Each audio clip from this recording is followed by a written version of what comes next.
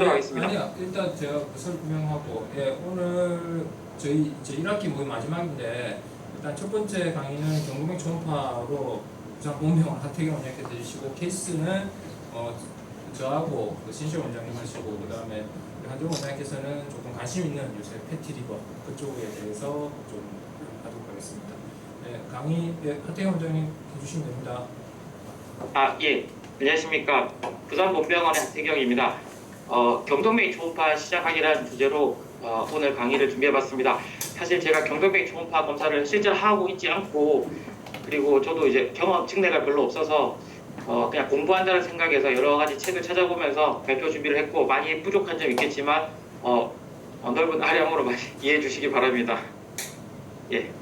먼저 차례는 다음과 같습니다. 이제 검사의 목적, 아나토미, 그다음 스캔법, IMT에 대한 내용, 그다음 플라크, 그다음에 스테노시스 디그리, 협착에 대한 내용, 그다음 표준 연산과 파독 양식, 그다음 트리트먼트에 대해서 정리해봤습니다. 예, 검사의 목적입니다.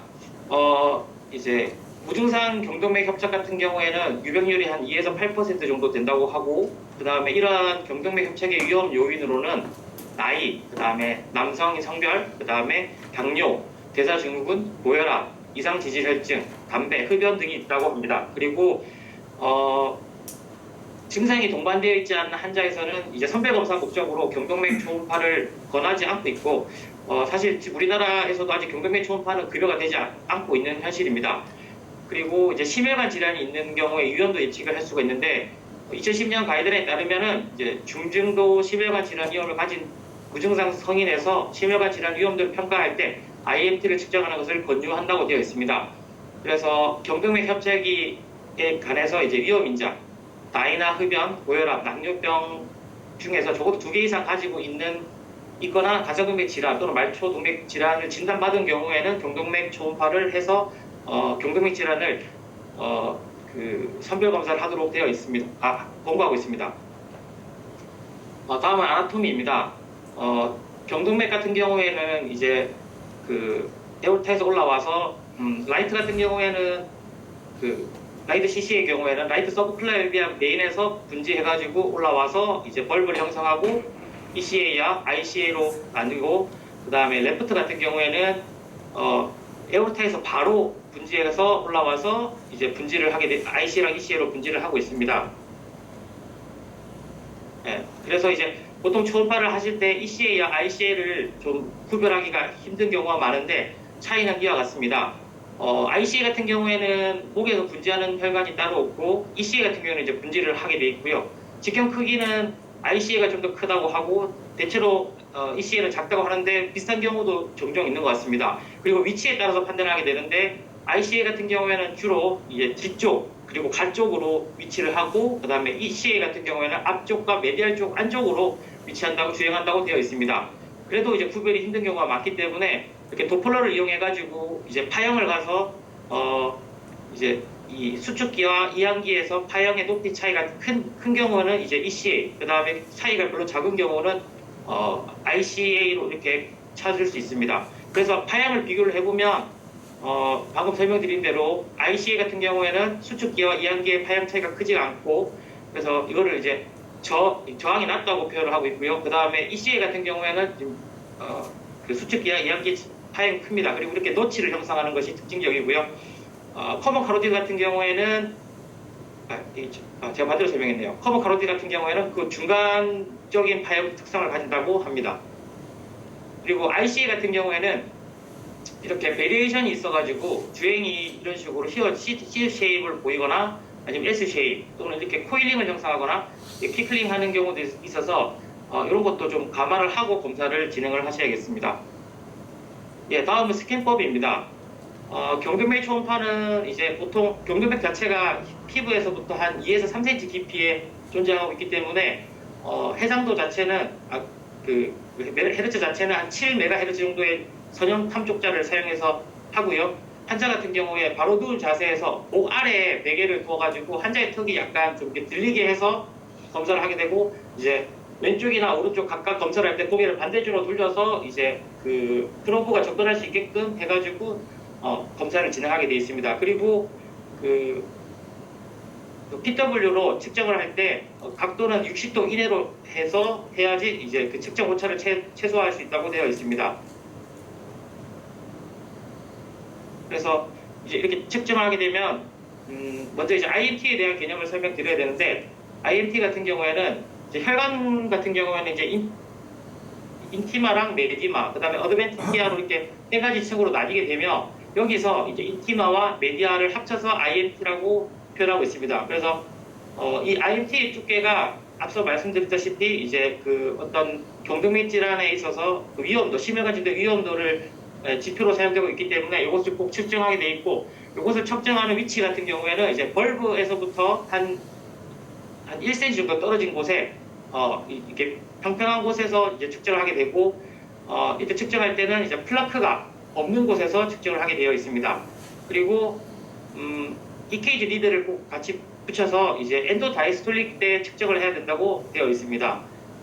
그리고 이제 측정을 할 때는 이제 파월이 있고 니어월이 있는데, 니어월 같은 경우에는 이제 리버버레이션 아티팩트가 있는 경우가 있어서 이제 측정 오차가 생길 수 있기 때문에 가급적 파워를 사용해가지고 측정을 하도록 되어 있습니다.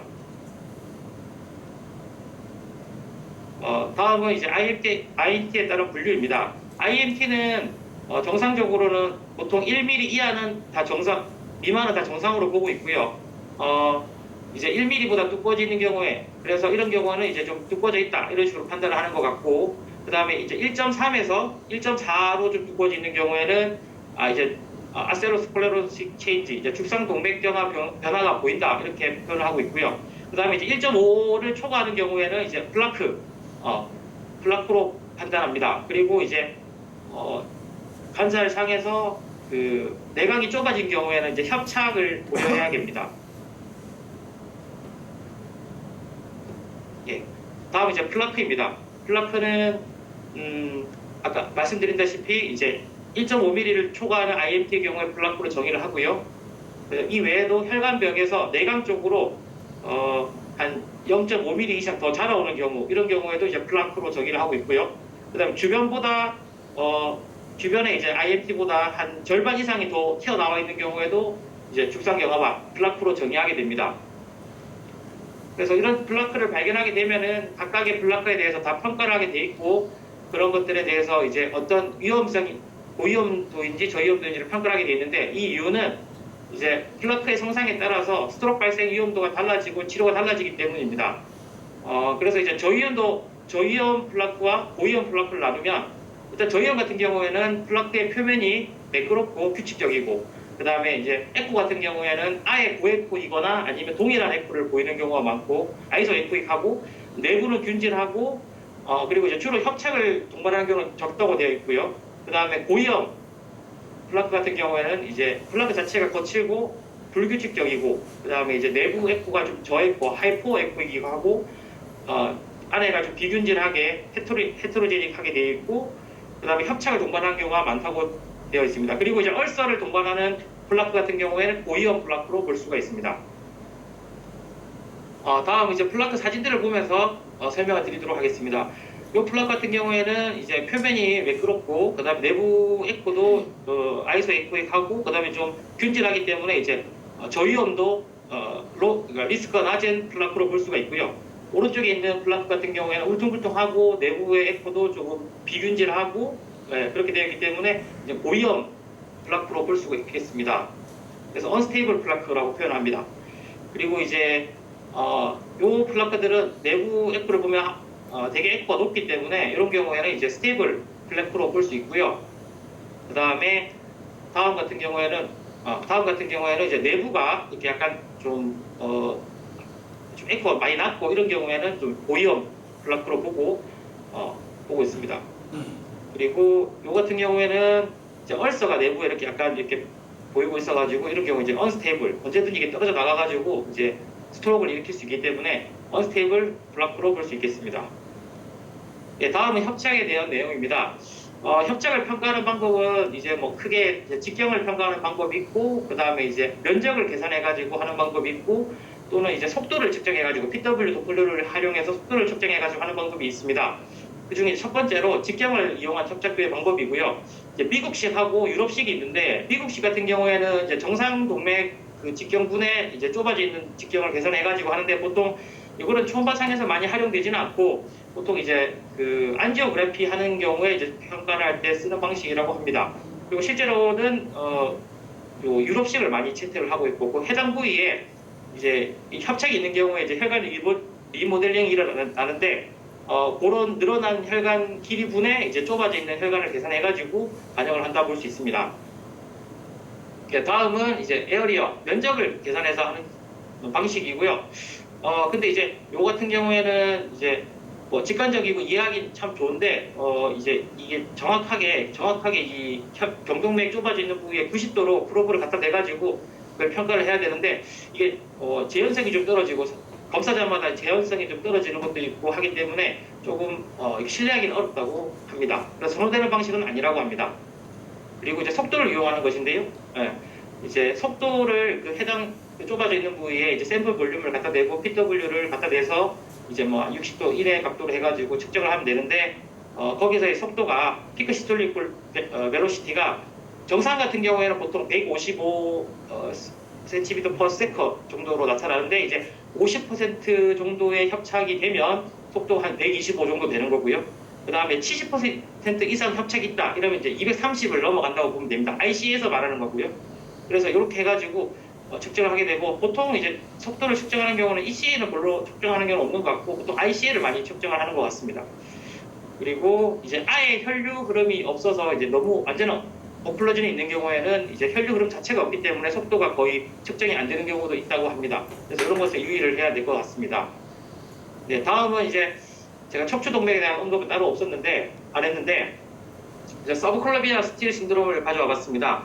이제 양쪽 팔에 혈압 차이가 뭐 한 20mm 머큐리 정도 차이가 난다. 이러면 이제 의심을 해보고 이런 식으로 이 서브클라비안 아트리가 협착이 있는 경우에 이제 혈류 흐름이 원래 이렇게 피가 가가지고 이렇게 내려가야 되고 여기서 이렇게 올라가가지고 피가 가야 되는데 여기가 막혀 있으니까 이제 혈류가 올라가다가 여기서 이제 척추 동맥을 타고 올라가다가 이 베질라 아트리에서 이제 혈류가 역류하는 경우가 있습니다. 그래서 이쪽 팔로 이제 그 혈액을 공급하게 되는데 요 역류하는 이 척추 동맥의 플로우를 잡아내는 거야 되는데 근데 이제 척추 동맥 같은 경우에 사실 좀 경동맥 초음파하면서 좀 하기 힘든 측면이 있고 그 다음에 이제 척추 정맥하고 나란히 주행하고 있어서 또 구분을 하기도 힘든 측면이 있습니다. 그래서 이제 박동성이 있는지 이런 것들을 파악을 해야 되고 저 같은 경우에는 보통 그냥 CT를 찍고 있습니다. 이런 경우에는 네.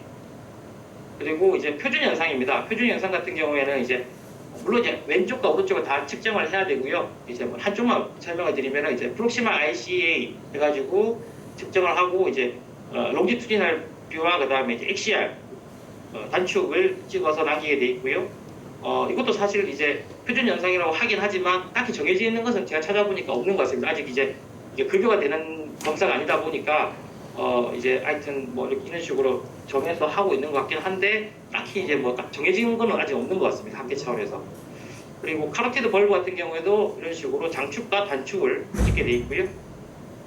그 다음에 이제 커먼 카로티드 아트리 이제 기시부죠. 기시부에서 측정해가지고 하게 돼 있고 만약에 이 기본뷰를 남기고 나서 이제 만약에 스테로시스가 있거나 뭐 플라크가 있는 경우에는 다 이제 그 부분에 대해서 다 사진을 남겨야 되는 것으로 알고 있습니다. 그리고 이제 속도 측정, 아까 전에 ICA와 CCA에서 속도 측정하는 거 말씀드렸었고요. 다음은 검사 결과지 예시인데 이것도 제가 이제 이 책을 많이 이제 참조를 해가지고 많이 이제 발표 준비를 했는데 거기 보니까 이제 이런 식으로 예시가 되어 있고 그다음에 최근에 또 이제 경동맥 초음파 또 강의를 들어보고 하니까 요즘에 그림을 그려가지고 만약에 여기 플라크가 있는 부위가 있으면은 거기 이제 그림을 그려가지고 표시를 해준다고 합니다. 그리고 속도 측정이라든가 이런 것도 하게 되어 있고요. 그리고 이제 요 경동맥 초음파 관련해가지고 그러면 이제 검사를 했는데 이거에 대해서 어떻게 치료를 할 것인가에 대한 고민이 있는데요. 일단은 이거는 이제 2023년 기상지질증 그 가이드라인 일부를 가져온 것이고요. 여기서 경동맥 초음파에 대한 경동맥 질환에 대한 언급은 여기 하나 있는데 이제 경동맥 질환이 있는 경우에 LDL 타겟을 70 미만으로 한다 이렇게 되어 있습니다. 근데 여기 찾아보니까 이게 이 경동맥 질환이 의미하는 바는 이제 50%의 스테노시스를 의미한다고 합니다. 그래서 50% 스테노시스가 아닌 뭐 IMT가 좀 두꺼워져 있거나 뭐 중상 동맥 경화가 있거나 플라크가 있는데 또는 뭐 스테이블한 플라크가 있거나 언스테이블 플라크가 있거나 이런 거에 대해서는 어떻게 평가를 해야 되느냐 하면 딱히 정해진 건 없는 것 같고 그냥 그 뭐 이렇게 의사 선생님마다 좀 의견이 다른 것 같기도 한데 저 같은 경우에 이제 그런 경우에 이제 사실은 이제 인터넷에 검색을 해가지고 물어보기도 하고 하는데 이게 제 아는 어떤 분이 이게 이분은 이제 책 저자 쓰신 분인데 책 쓰신 분인데 이분께서 이런 식으로 자기는 하고 있다 이렇게 하더라고요. 그래서 이거를 제가 다른 뭐 신경과 과장님이나 다른 내과 선생님한테 물어보니까 어느 정도 어그리하는 부분이 있어가지고 그냥 들고 왔습니다. 그래서 저도 사실 이렇게 하고 있는데 IMT가 이제 증가돼 있고 이제 플라크가 아닌 경우 1.4mm까지는 이제 LDL 타겟을 130으로 해서 스타틴을 사용한다.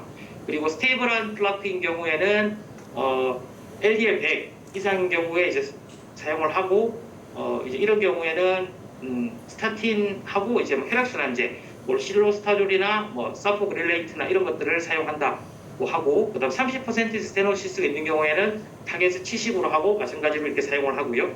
아까 전에 말씀드린 스테노시스 있는 경우에는 70을 타겟으로 한다고 했는데 이게 뭐 70으로 하는 데도 있고 저기 또 우리나라 70이 또 외국 55로 하는 경우도 있더라고요. 그래서 55로 하는 경우도 있고 그다음에 이제 이런 경우 플라비스를 같이 처방한다고 합니다.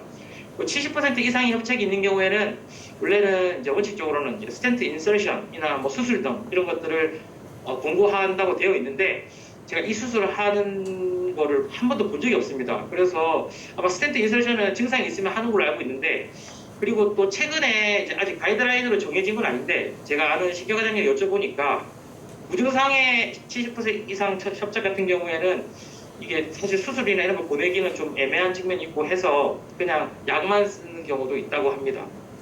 네. 그래서 이상 뭐 짧은 강의지만 네, 준비해봤습니다. 참고 자료나 이런 것들을 참고하였습니다. 그리고 이제 주변에 뭐 물어보기도 물어보고 해서 준비를 하였습니다. 네, 이상입니다. 뭐 질문 있으십니까? 경동맥은 선생님 뭐 보셨을 때 ICA와 ECA를 구분하는 게 사실은 우리 초음파할 때 그래도 경동맥 현존 내는 부분이 제일 중요한 것 같은데 선생님 아직까지 뭐 많이 해보시진 않았다고 하시니까 사실 플로우 패턴을 보고 판단하시고 한다고 하지만 사실은 패턴 보고 비슷하게 나오는 경우도 꽤 많고 어쨌든 봤을 때 뭐 ICA는 일단은 어쨌든 브레인 쪽으로 이렇게 들어가서 그러니까 다이스톨 플로우가 유지가 돼야 되거든요. 그래서 시스톨은 낮고 다이스톨은 어느 정도 유지되는 그런 패턴이고 그 다음에 ECA 같은 경우에는 슈퍼피셜하기 때문에 저항이 커요. 그래서 픽 시스톨이 크고 다이스톨 플로우는 낮거든요. 그래서 그렇게 하는 것 같기는 하고요. 그 다음에 일단 버테브랄 아트리 같은 경우에는 사실은 뭐 속도도 그렇고 잘 측정하기는 어려운데 선생님 보셨을 때 그 트랜스버스 프로세스 쪽에 그쪽에 두 개 그 튜블란 스트럭처처럼 보여서 칼라를 띄워서 플로우 방향을 확인하시면 돼요. 붉고 파랗고 반대 방향만 나오면 바이 디렉셔널하게 나오기만 하면 이거는 지금 플로우가 같다. 근데 예를 들어 똑같은 방향이다. 파란색은 파란색, 빨간색 빨간색이다. 이거는 서브클라비를 의심을 하는 거죠. 그래서 물론 그게 속도라든지 이런 것들 보고 뭐 쉽게 찍어봐야 되는 얘기가 있습니다. 일단 그런 도플러 패턴을 보고 의심해 볼 수 있는 거죠. 그러니까 예를 들면 원래는 베인이 예를 들면 밑으로 내려와야 되는데 그러니까 서브클라비 같은 경우서 밑으로 내려오니까 똑같은 플로 패턴으로 나오니까 이렇게 칼라 도플러 박스를 띄우면 같은 방향으로 나오니까 그렇게 보시면 서브클라비는 의심이 되면 그렇게 보시면 될 것 같습니다. 그 다음에 또 뭐로 얘기했지? 사실은 100% 보험이 안 되는 건 아닙니다. 어디가 그리고 포함돼서 저희가 보험은 신경과적 증상이 센트럴 디지니스라든지 센트럴 타입 그러니까 브레인 쪽이나 이런 쪽에 의심이 되면이니까 이거 뭐 코에 걸면 코 거리고 귀에 걸면 귀걸인데 그래 이제 이석증 아래간 진단 받고 근데 어디서 뭐 인정한다 이식적인 꼭 진단의 얘기보다는 의사가 선별로 봤을 때 보험을 의심이 된다고 얘기를 하면 뭐 사실은 크게 한 번 정도는 문제는 없는 것 같습니다. 팔로업이나 이런 건 안 될 것 같고 그렇게 보시고 에어리어 메소드는 그러니까 ECST 방법하고 거의 비슷하게 나오긴 하거든요. 문제는 뭐냐니까 이게 컨티뉴어스하게 이렇게 플락이 있을 때는 구별이 안 돼요. 그래서 선생님 말씀하신 뭐 물론 제일 좁은 데를 이렇게 계셔서 그렇게 하면 되긴 되는데 그래서 뭐 속도도 한번 재보면 속도도 질 때마다 다 달라요. 환자 컨디션에 따라 다르고 볼륨 디플레이션 되면 또 떨어지는 경우도 많고 해서 그래서 옛날에는 도플러도 강조하고 속도를 재라는 얘기죠. 그 다음에 얘기를 많이 했는데 요새는 그 초음파 하도 그 퍼포먼스가 좋으니까 2D 이미지를 깨끗하게 잘 잡아서 반정상적으로 눈으로 보는 것 같습니다. 그때 봤을 때 어느 정도 한 절반 이상 좁아져 있으면 그냥 50%까지 친다. 물론 이렇게 다 측정해야죠. 원칙적으로 그렇게 하긴 해야 되는데 그런 방법들이 한다. 그리고 뭐 ECSD나 나셋이 사실은 제가 말씀대로 엔지오그래픽하게 그렇게 돼 있어요. 최근에 엔지오그래픽하게 뭐 그 하는 걸 나셋이라고 하고 그다음 ECSD. 근데 사실 직관적으로 봤을 때는 우리가 문제는 뭐냐니까 ECSD 방법 같은 경우에는 파지티브 리모델링. 그러니까 안에서 이렇게 커지는 게 아니고 바깥으로 이렇게 늘어나 버리거든요. 그래서 이게 정확하지가 않다는 얘기도 좀 많아요. 그래서 나셋으로 조금 더 페이버하긴 하긴 합니다. 근데 이게 보면 참 얘기가 조금 저도 이거 옛날에 발표할 때 막 책 보면 뭐 여기서는 이래를 했다가 저기서는 저래를 했다가 뭐 그래서 좀 그런 거 있는 것 같습니다. 그리고 IMT는 요새는 조금은 뭐 강조를 조금 덜하는 편이긴 해요. 팔로우를 하지 말아시고 얘기해요. 그럼 쌤이 예를 들면 IMT 0.9인데 플랍도 없고 그럼 IMT 팔로우 해봐야지. 그건 사실은 별 의미 없다는 얘기를 많이 해요. 2, 3년 지나도 크게 의미 없는 경우도 많고. 그래서 사실은 원래는 원칙적으로 IMT를 측정을 하려면 인팀하고 메디하고 나눠야 돼요. 그러니까 메디아 같은 경우에는 스무스 머슬이나 이런 거는 하이퍼텐션에 의해서 두꺼워지는 그런 현상으로 보는 거고 인티마 같은 경우에는 아세로스클레로시스 그러니까 리피드 코어나 이런 것들이 쌓이면서 플락이 생기는 거거든요. 그런데 사실 문제는 뭐냐 그 두 개를 퉁쳐서 다 재기 때문에 우리는 이론상으로 그걸 갖다가 잘게 쪼개서 다 쟀으면 좋겠는데 그렇게 재버리면 편차가 너무 크게 나오는 거예요. 그러니까 이렇게 잴 때마다 좀 다르게 나오고 선생님 그 몇 미리밖에 안 되는데 그게 차이가 잘 나겠습니까? 사실 그런 문제가 좀 있는 거죠. 그래서 플라그 보실 때는 어쨌든 선생님 아까 잘 말씀하셨는데 버너럽을 한번 이렇게 잘 떨어져 나올 건지 그래서 헤테로지너스하고 하이퍼에코익하면서 조금 경계가 불분명하고 그런 것들은 보면 사실 당뇨 환자들이 확실히 보면 그런 것들 자글자글 하거든요. 보면 뭐 카시케이션도 많고 좀 하이퍼에코익한 리전들도 많고 그래서 그런 것들을 좀 보시면 좋을 것 같고 그래서 속도를 잴 때는 뭐 제일 좁아진 부위도 재고 뭐 포스트 스테노틱한 에어리어도 재라고 얘기하긴 하는데 그래서 뭐 조금 뭐 이게 뭐 얘기가 뭐 사실은 예전에 비해서는 속도랑 이런 걸 강조하는 측면도 없지 않아 있긴 있는데 조금 그렇다. 그다음에 뭐 아까 심전도를 붙이면 다 했을 때 재라고 얘기하긴 하는데 그러니까 IMT 측정할 때 원래는 책은 그렇게 돼 있어요. 근데 잘 안 하죠.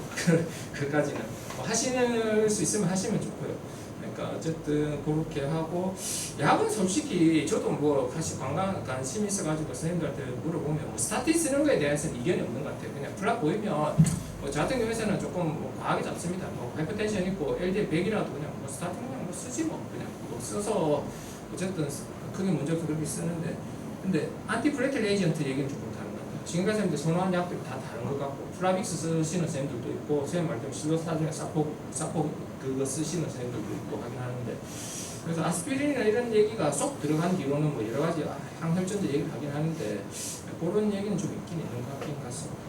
그래서 일단은 어쨌든 뭐 직접 해보시면 뭐 어쨌든 뭐 어려운 거는 없고 사실 초음파 할 때 처음에 이니시얼 하기에 이제 좀 실제로 네, 신민철 선생님 그 카메라를 하시고 케이스 하시면 되겠네요. 네. 네, 안녕하십니까. 오랜만에 뵙는 것 같습니다. 그 한두 가지만 조금 말씀을 좀 드릴게요. 그 경동맥 초음파에서 벌테브랄 아트리는 아마 선생님 말씀하시는 게 그 보고 싶을 때 CT를 하신다고 그러셨는데 초음파로 거의 다 찾을 수 있습니다. 90% 이상 나옵니다. 정말 민도가 안 좋은 경우를 빼고는 중국기 초음파를 쓰셔도 90% 이상 나오기 때문에 그것 때문에 초음파를 CT를 찍으실 필요는 별로 없을 것 같습니다. 다만 경동맥 초음파 하면서 벌테브랄 아트리 찾는 거는 좀 처음에 약간 그 뭐라 그럴까 러닝 커브가 조금 있는 것 같습니다. 처음에 적응하는 거 트랜스버스 프로세스 사이에 본과 본 사이에 좀 한 1mm, 2mm 되는 혈관을 찾아야 되니까 조금 어려움이 있긴 합니다. 경동맥은 축적고 큰데 벌테브랄 아트리는 다이아미터가 적으니까 찾기 어려운 경우 처음에 러닝 커브가 좀 필요한데 그거만 지나시면 핸즈온 한 번 정도만 해보시면 쉽게 찾으실 수가 있지 않나 이렇게 생각이 돼서 CT는 안 보내시는 게 맞고 경동맥 초음파 하면서 벌테브랄 아트리는 기본으로 반드시 보셔야 되는 항목이 아닌가 생각합니다. 왜 짜장면 집에서 단무지하고 양파 같이 나오듯이 반드시 봐야 되는 항목인 것 같습니다. 그리고 항혈소판 제제에 대해서 이제 그 아까 슬라이드가 나왔었는데 신경과 가이드라인에는 50% 이상 그 스테노시스가 있을 때 항혈소판 제제를 시작하자 이렇게 되어 있습니다. 모든 항혈소판 제제에는 세금이 있지 않습니까? 세금이라는 게 출혈이지 않습니까? 그래서 아무 생각 없이 처방해서 되는 게 아니고 반드시 50% 이상 스테노시스가 있을 때 항혈소판제를 시작하자. 클로피도그렐도 괜찮고 스노스타졸도 괜찮고 다 사프로글라이트도 괜찮고 다 괜찮은 것 같습니다. 그러나 어쨌든 가이드라인에는 50% 이상 스테노시스가 있을 때 해보자. 그래 나와 있으니까 그거를 좀 준수하는 것이 좋지 않을까 이렇게 되어 있습니다. 그리고 IMT 자체는 이용해 원장님 말씀대로 그 자체만으로 측정하는 것은 2D에서는 아직은 의미가 없는 것 같습니다. 그러나 3D로 초음파 기계가 좋아진다면 그때는 또 이야기는 좀 달라질 것 같습니다. 그리고 플레이크가 있다. 플레이크를 어떻게 해석해야 되느냐. 그 가이드라인에는 리스크 모디파이어다. 즉 말 그대로 리스크 스트래티피케이션 할 때 이렇게 지금 표에 나와 있습니다만 이 플레이크가 있으면 좀 더 주의해서 봐야 된다 이렇게 되어 있는 것 같습니다. 그래서 플레이크가 있다 없다가 지금 경동맥 초음파에서 더 중요한 팩터가 될 것 같고 그 다음에 그 플레이크 이상 스테노시스가 발견되면 반드시 CT 안지오 그다음에 브레인 MR 같이 가셔야 됩니다. 50% 이상 스테노시스가 있으면 그 경동맥 초음파를 해서 보는 거는 제 생각에는 디지즈를 완전히 진단 확진해서 어떻게 환자를 끌고 갈 거냐보다는 이 환자를 우리가 봐도 되느냐, 그러니까 혈관 질환이 있는 환자냐 아니냐, 아까 그 이상지혈증 그 환자 리스크 스트래티피케이션 하는 표를 보여주셨는데 결국 이 경동맥 질환이 있으면 그 코로너리 아트리 캘슘 스코어하고 똑같은 의미지 않습니까? 그 가이드라인에서도 똑같이 취급하라고 되어 있거든요. 이 질환이 있는 사람들은 LDL을 무조건 70 미만으로 떨어뜨려야 된다. 죽자고 약 써야 된다니 스타틴이 제일 중요하고 이제 그 그룹으로 분류하기 위한 건데 개원가에서 또 한 가지 조심해야 되는 게 50% 이상 스테노시스가 있으면 반드시 브레인 안쪽을 봐야 된다 그럽니다. 그래서 스트로크가 사일런트하게 한번 지나갔으면 즉 이 사람이 프라이머리 프리벤션을 해서 될 사람이 아니고 한번 스트로크가 지나가는 사람인 것 같으면 저희들이 개원가에서 데리고 있기는 사실 리커런스 레이트가 월등히 높기 때문에 프라이머리 프리벤션보다 세컨더리 프리벤션이 훨씬 위험하기 때문에 이런 경우에는 제 생각에는 또 가이드라인에도 그렇고 신경과 선생님들한테 보내드리는 게 맞지 않나 이런 생각을 합니다. 그 스테노시스가 몇 프로인지 그 정확한 거는 CT 엔지오를 해서 보는 것이 원칙이긴 하나 그 표에 나와 있는 가이드라인 표에 나와 있는 거 그 경동맥 초음파 50% 75% 아까 이야기하셨는데 거기 평가할 때 보면 언급되어 있는 내용이 직접 그 초음파로 볼 때는 다 에리아 메소드를 이야기를 하고 있습니다. 물론 주관적이기는 한데 초음파로 해서 가장 그래도 믿을 수 있는 데이터는 에리아 메소드다 이렇게 결론이 나 있는 것 같습니다. 나셋이나 그 유로피안 메소드는 초음파로 하기에는 한계가 너무 많습니다. 그래서 직접 비주얼로 보는 게 그 초음파는 결국은 주관적일 수밖에 없습니다. 그래서 의사가 자꾸 검사하라고 그러지 않습니까? 의사가 직접 하라는 이유가 주관적이어서 그런 것 같습니다. 그래서 그 에리아 메소드도 혈관 경계가 깨지기 때문에 부정 확성은 있습니다만은 딱 보면 직관적으로 아 이거 50% 넘었다 아니다.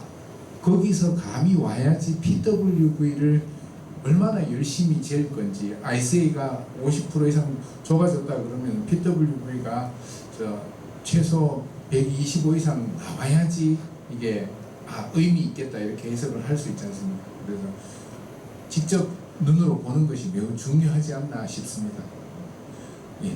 하여튼 항혈소판 제제는 너무 그 IMT 두꺼워지거나 언스테이블 플레이크가 있다고 그래가지고 일반화해서 쓰는 거는 조금 문제가 있지 않을까. 가이드라인을 준수해서 50% 이상 좁아졌을 때나 신경과 선생님들은 아스피린은 항응고제로 잘 안 쓰는 것 같습니다. ICH 때문에 그런 것 같습니다. 네, 이상입니다. 아 예, 강의자님 하태경님 그러면 좀 풀어주시고 공이 풀어주시고 두 번째 케이스는 우리 지금 오랜만에 우리 오신 실장